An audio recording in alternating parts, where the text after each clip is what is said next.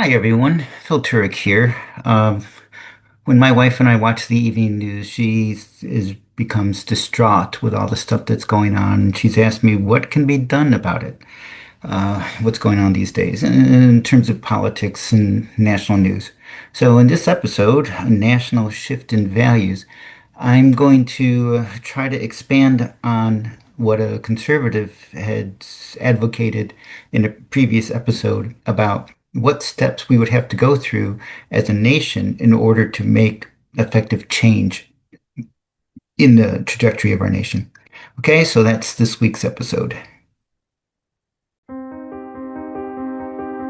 In the future, there will be a vibrant, self-sustaining human civilization on Mars. The high road to Mars is one built on a foundation of gracious professionalism, the bedrock ethos of the first robotics competition. The earthbound dreamers of today, who are working to open the high road to a future Martian civilization, are the ancestors of tomorrow's Martians. I'm Phil Turek, one such ancestral Martian. Look at what I'm trying to do by creating simulated Martian cultural ambassadors to act as positive social influencers to somewhat depolarize society here in the United States. Imagine how much even better it would be if the United States were to bring real Martian ambassadors here.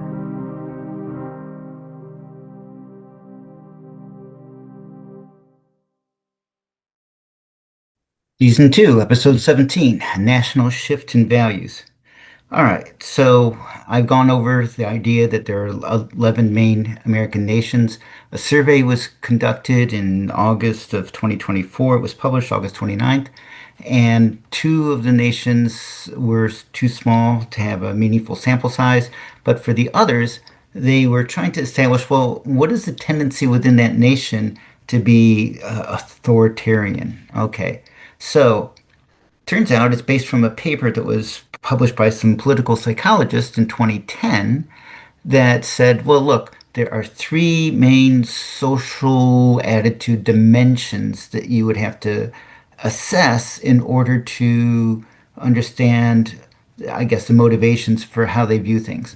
So all of this has to do with collective security versus individual freedom.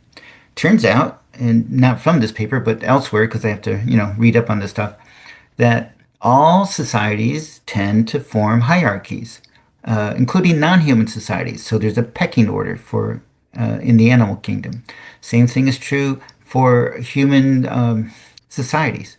And so the first dimension of the three is called aggressiveness. How tolerant is your society to a person who's choosing on their own to not conform with established social rules and laws? So what I have here is an engraving from poor old Giordano Bruno. So he had a dream, and it was a great dream. He dreamed what would happen if you could fly off of the earth and you're up in space and you look down and you see the earth. And at this point, they understood it was a sphere. And off in the distance, you see the sun. And by this point in 1600, they understood that, well, some people understood that the sun was the center of the universe, not the earth. Regardless of that, in his dream, he imagined, well, what would happen if I were to go farther away from the sun? Well, in his dream, the sun became smaller and less bright. And then he went further, and it was even smaller and fainter and further until eventually, the light bulb figuratively turned on, and he realized, well, maybe that's what stars are. Stars are just like our sun, they're just very far away. And that was a great insight on his part. It was a great dream. He shared it with his community. And hence the engraving here that shows him on trial for violating the social rules and laws of his society. So he was put on trial for heresy.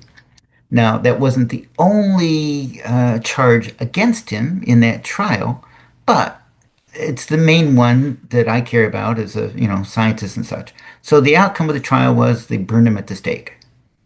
Not a good outcome for anyone who doesn't conform with the social rules and laws. Okay, so uh, that's an example of being aggressive in enforcing social rules and laws. Okay, the second of the three social dimensions is conservatism. Okay, so if you're conservative, what does that mean? It means that there is this social hierarchy, just like there's a pecking order for birds. And wherever you are within that pecking order, you need to not complain about it. So up at the top, this is for Egypt. Up at the top was is the pharaoh, or more modern times would be the king. And then the government officials, nobles, and scribe priests. Then it says scribes. I don't know if you can read it, so I'm going to read it for you. Then, sorry, soldiers, then scribes, then merchants, then craftsmen, and down at the very bottom, farmers and slaves, all in the same category. So being a farmer is no different than being a slave in Egyptian social hierarchy. And you look at today in the United States, we can make some tweaks, replace Pharaoh with our king. We still have slaves and farmers. At least in the deep south, we still have slaves. Okay? So if you're conservative, then what you really are opposed to is any sort of disruption to the social order that's in existence. Okay? The third social attitude dimension is called traditionalism. And this is where you have this image that back in the 1950s, the United States was beautiful, wonderful place. Ignore all the reality that was really going on. Pick any year in 1950, in the 1950s, and read the headlines, goodness sakes. But here's the myth of what it was like. And you had traditional gender roles. You had the husband as the breadwinner, had the wife whose job was to produce kids and cookies. So, wow, the more that you want this to be the roles of people in your society, then the more traditional you are. And if your dad was good at hunting saber-toothed tigers, then by golly, when you grow up, that's what you want to do as your career. You want to be good at hunting saber-toothed tigers. All right, so now let's get to the American nations. Here, once again, is a map of the main 11 American nations. And in the survey published in 2024, two of the groups, New France and First Nation, had such a small sample size that they are excluded from the analysis that takes place. But in what I'm going to share with you is that for each of the remaining nine nations, they scored them in each of those three social axis dimensions. Okay, so aggressiveness, conservatism, traditionalism. And they took the average for the nation and said, okay, relative to this baseline average, how does this nation compare? How does that nation compare? Here are the results. So first for aggressiveness. This is the one where if you're really aggressive in enforcing social rules, you're going to burn someone at the stake because they shared with you some insight they had about how the universe really is. All right. And I don't know if you can read the categories, they're color coded, but the Deep South is over there on the far right. More than any other American nation, they are all in when it comes to punishing anyone who's non-conforming, even if they're just trying to keep it to themselves. Hey, I think stars are like our sun just far away, tells his neighbor. That is unacceptable to the Deep South to have any sort of nonconformity. Does remind me of the movie Cold Mountain, but okay. Now, at the other extreme, it says the left coast. And that is, so I had to ask myself, what could be an image that I use for the left coast? I selected this one because there's a story with it. Current news. A teacher had a poster in their classroom that says, hate has no home here. And it had a bunch of hands, and I think it had all the colors of the rainbow in it. And apparently, if there's six colors, it means it's political. If it's not six colors, it's just a rainbow. And it was just a rainbow. However, she was ordered to remove that poster from her classroom. Now think about that. The message says hate has no home here. But the official said, you can't say that because it's not true. Wow. If that's not true, doesn't that mean that hate has a home there? Okay. I mean, I took logic in college. So it was removed in what you would expect to be a Deep South community. And it would stay up or be put up, for example, on the left coast. And it's worth pointing out that left coast, Tidewater, El Norte, even New Netherland, far west, are inclined to not enforce severe punishment on individuals who choose to be non-conforming to the social rules and laws. Okay? So that's what the survey says. Next slide. Conservatism. That's again where you have this established hierarchy. If you're from India, you've got the caste systems with the untouchables down at the bottom. If you're in Egypt, you've got the pharaoh at the top and the slaves at the bottom. If you're in the deep south, you still have slaves on the bottom, or you wish they were still slaves, I guess, for all the people who are not slaves. Anyways, there's the deep south once again. On this scale, they want that rigid social structure to not change. And far left, opposite pole, left coast. Now, Greater Appalachia, as we've seen in previous episodes, they're against any kind of authority. And apparently that extends to law enforcement and it extends to the courts. It's not just the executive branch that they're opposed to. So that kind of accounts for their scoring here. And what I'm mostly doing is I'm just summarizing the report written by Colin Woodard at Nationhood Labs. Okay, so a little bit tweaking of my own thoughts or understanding interpretation, but mostly I'm trying to present his charts and analysis and then add a little bit of visual aid to it. So the thing that struck me in his analysis was that those who are, very conservative don't want any sort of disruption. They want harmony. They want you to be content with your station in life. So what's the opposite to that? Okay, so I've used this a long time ago, like back in 2021 or so, and it's from a Norman Rockwell poster created during World War II. President Franklin Roosevelt gave a speech. We have nothing to fear but fear ourselves. And here's the four freedoms that we're fighting for. One of them is freedom of speech. And Norman Rockwell created this image to represent here's a person attending a town hall meeting and he chooses to stand up and speak his mind. Okay, so if you're conservative, you're against free speech, basically. You don't want any disruption to the community. You want harmony. You are opposed to protesters, regardless of the issue, whether it's on the left or on the right.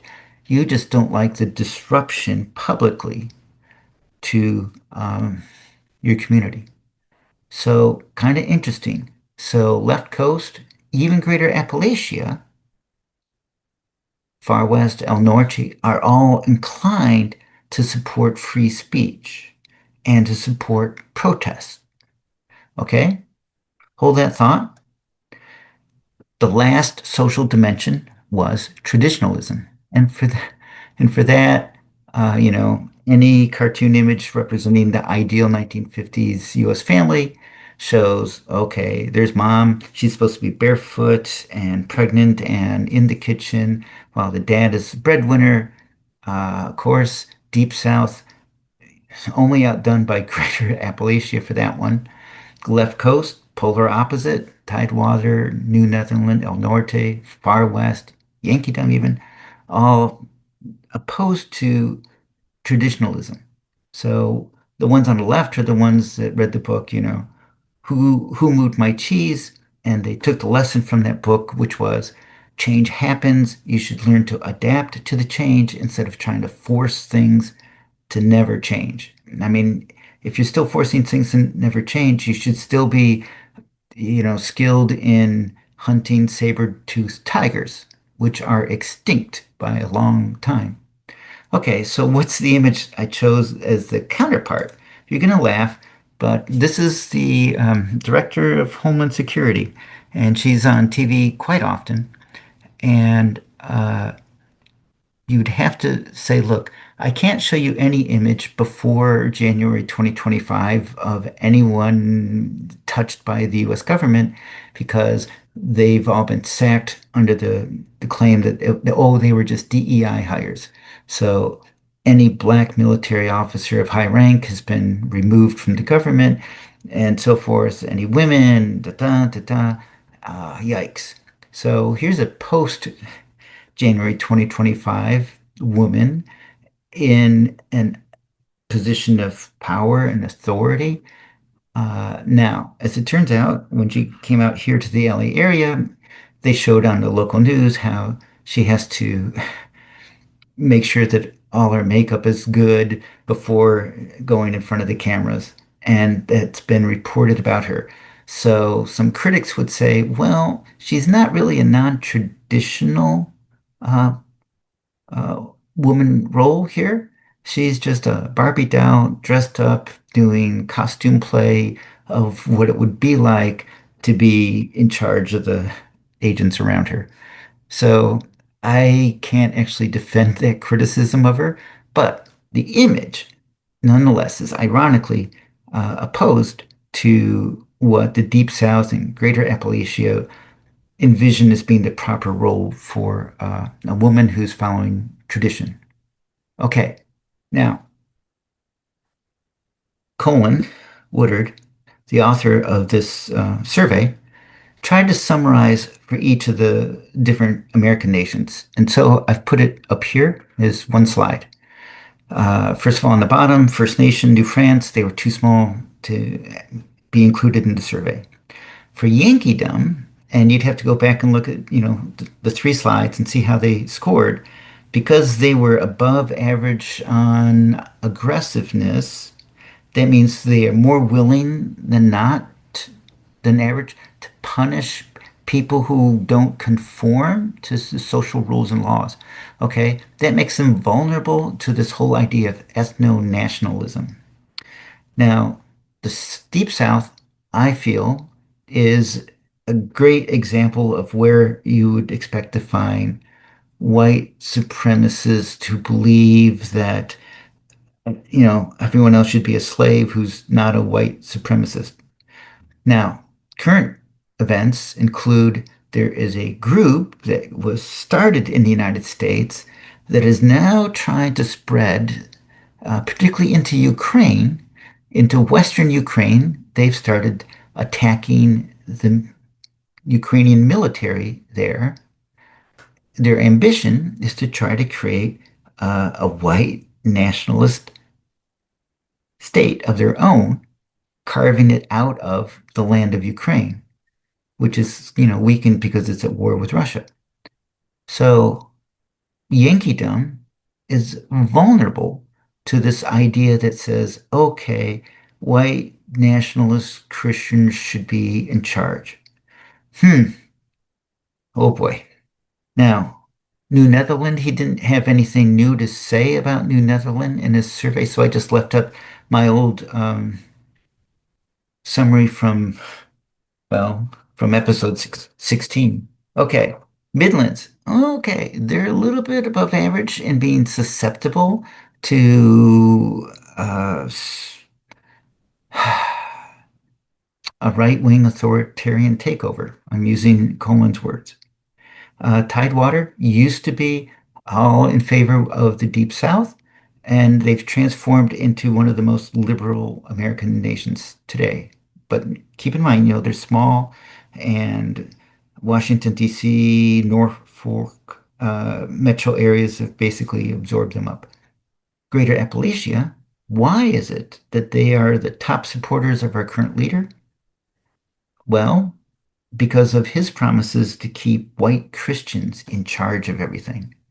And so even though they don't like the executive, legislative, or judicial branches of any government, they are the highest, strongest supporters of our current leader, who is anti-government in this platform and saying, oh, wink, wink, I'm going to keep white Christians in charge of everything because of, how much they want that uh, social dimension maintained. There you go. Now, Deep South, you saw how they are in a class by themselves, as Colin put it. Colin. They hate liberals. They hate immigrants. They love a strong man. So, that's them. El Norte is almost like the left coast, contrary to all the claims that says, oh, these immigrants, they're coming in here, they're being bussed in by the liberals in order to sway the vote. Well, they're they're hardworking, they're tolerant, they're open, uh, and in their voting choices, they weren't actually voting Democratic, despite all the claims and fear mongering. Okay, far west, uh, interesting that Cullen pointed out, it's not a natural fit for the right wing, not Whig, sorry, authoritarian agenda. So there's a typo. Okay, so I'd like to remind you of summary from a different study that was carried out also by the Nationhood Lab. Their survey showed that 63% of the American nations, and this is across all of the American nations, still adhere to the ideals or aspire to the ideals embodied in our Declaration of Independence and in our U.S. Constitution.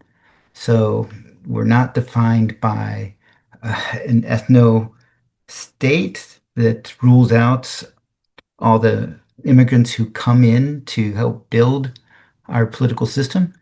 Um, we have the right to survive and not be tyrannized. Okay? So I am originally from Yankeedom and I now live in the left coast. This is also from the Nations Lab. Uh, Overall life expectancy in years for the different American nations. And way off the bottom of the scale, our First Nation at 71 years average lifespan. At the other top end of the scale is Hawaii, Greater Polynesia, perhaps. Greater Polynesia is 82.2 years lifespan, and left coast is 81.6. I don't know much about Greater Polynesia, Hawaiian Islands, so I will talk about the left coast where I am. And I see Spanish Caribbean is doing pretty well too. There's a great line from the original Terminator movie where the guy says, "Come with me if you want to live." And I look at this map and, people discuss the idea of the United States should splinter apart, that it's time to break the nation apart. And, there's arguments for that, but they're out of a humanitarian point of view. We are still one nation, allegedly indivisible, but so I would offer to the Deep South and Greater Appalachia, the ones who are most suffering here, to consider embracing, uh, changing your viewpoints, your lifestyles, your social attitudes, in the hopes that your quality of life goes up, your enjoyment of life goes up. Seems like you're expending so much energy on fear and hatred as a way of life. Um, it's not what I would have advocated. All right, let's just go on to the next slide. Haha. No, I'm not done. So there's these three social axes, and I put up this slide that says, okay, how should you envision society handling your personal choices? Whether you choose to dye your hair purple, whether you choose to wear your lapel pin on the wrong side. So this was a poster I talked about before, where it's now ruled as being politically incorrect and must be removed from a classroom. And I remind you, okay, so there's, American nations that are not in favor of that. They're in favor of this extreme punishment of individuals who violate the local social code. And I just want to point out that so individually, think about where you want the world to be like in your own society. Are you really in favor of a society that's filled with such strict rules that you can't figuratively let your hair down at some point? I did see a play once by George Morgan. Pasadena, Babylon was the title of the play. And I was turned off by the bohemian lifestyle portrayed in the play. So I'm not a hippie from California. Uh, but I'm not in favor of burning people at the stake for their individual private life choices. Okay? Huh. The second social dimension, uh, conservatism. I'm from Yankeedom. I'm for the public speaking up and speaking out and influencing the course of events. And the the other polarity of that is the society that wants everything to be a caste system that is well defined and very rigid and static. Okay, whatever it is. So if your specialty is hunting whales for their blubber, then that's really the next one. So I should go on to the next one. So traditional and non-traditional roles. There they are, and there's the traditional role that's opposed to it. Now, all this started with my wife asking, what could be done. So I would say, on an individual scale, try to promote tolerance for individuality. So when you see the person in the grocery store and they're still wearing their pajamas as their personal clothing choice, uh, tolerate it. Learn to tolerate stuff like that. For the group, conservatism, it has to be done as peaceful protesting. No one likes violent protesting for any cause. And there are people who have done foolish things in the name of any cause. Uh, it has to be done peacefully. The character in the image there, this is, a Norman Rockwell painting that fits well in New England, where he lived and worked and did these drawing paintings. And it shows all these white guys. Now, if I put a color filter over it and had the guy standing as being a black man, oh, how does your um, subconscious bias respond to that? But regardless who the person is, it's the content of their character that matters. And that person might go on to become an accomplished inventor, a politician, president, but standing up and speaking out is the right sort of future to have from my point of view. Again, if you want to live, consider adopting this sort of social attitude. And then the third one, I would just say, okay, whenever you do see non-traditional roles being successful, Celebrate them, point them out, let them be role models for others who perhaps aspire to do non-traditional things. There are many people who were very influential and successful in a non-traditional roles. Too bad any person I could possibly mention from before January 2025 will be just, oh, you roll your eyes and dismiss it as saying, oh, no, that was a DEI hire. That's too bad. Okay, I have a new slide that I've tacked in. And this is a quote that I heard off it from someone at the Mars Society 2 years ago. And the quote goes, it's a proverb, and it says, plant a tree, build a house, raise a child. Okay, that's what most people want. And online, someone used this particular image uh, to convey that. And so I want to talk about that a little bit. Okay, so this is what most people want. Now think about that with respect to these three social uh, dimensions. Planting a tree, you're trying to establish something for future generations. So you're thinking about after the end of your own life. Build a house for shelter and security for you, but also a stable foundation for your life and for future generations to live in that house. And then raise a child.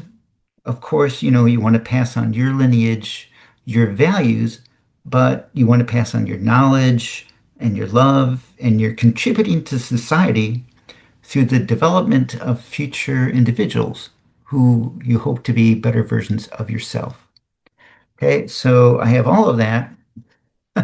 Uh, I guess that is the end of slides and sharing. So I'll just close out like this and say, oh, so here's my challenge for the Deep South. If you like having a strong man make all of your decisions for you and rule for you, why did you pick someone who has been so well labeled as being a nihilist? Someone who's rejecting all religious and moral principles and the belief that life is meaningless. You know, so how does that fit in with plant a tree, build a house, raise a child?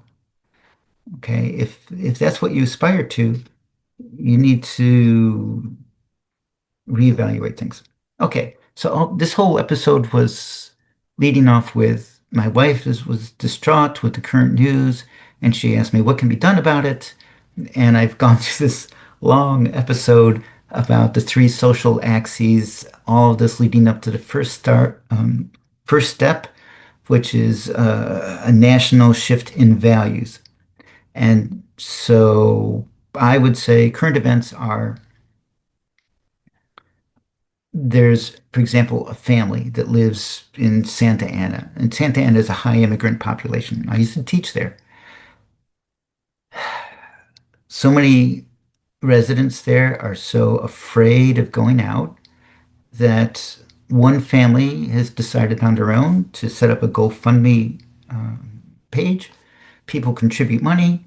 This family goes off. They find a particular vendor out on the street and they buy out their cart, send them home, and then give the contents of the cart away for free to other immigrant families who are basically sheltering in place. They're too afraid to go about their business. So for my wife, I would say let's consider not doing something like that. And of course, the scammers will eventually figure out this is a way to pocket money that doesn't actually go where they say it's going to go. That's always been a problem. But PBS is just lost its government funding, and the and it's something that I like and aspire to. There were Senate hearings or congressional hearings about PBS a couple months ago or so. And someone went and interrogated all the different staff members at public broadcasting, PBS. And they discovered, unlike what the managers had ever done, because the managers had never asked, but what the interviewer discovered was that all the employees that they found and spoke with were all Democrats. And that made big headlines in right-wing media that said, oh, look, this is liberal bias here. So I guess what they're not pointing out is that Democrats, well, okay, Republicans as a group tend to be much more focused on making money. That's what's of value to them. That's why they become the businessmen and the managers. The Democrats tend to be more focused on caring about other people. That's why they tend to become the nurses and caretakers of society, and not so much focused on trying to make money as much as trying to help build up society. And so it's a sort of a natural filter. What should have been asked was, did any Republicans ever bother interviewing for a job at PBS? Since the managers of PBS never posed the question, they don't have any data. Someone might have the data about who was interviewed. And then you can use that and verify a claim that someone says, oh, yeah, no, I'm conservative. I interviewed, they rejected me. Well, okay, what was the date and time of the interview? Okay, so before you make a claim. But I think for my wife, I might toss out the idea that maybe we make a contribution to PBS. Okay. Uh, now, um, I see I have one more note that's kind of interesting about our current leader. Since he reframes every question of accountability as a personal attack.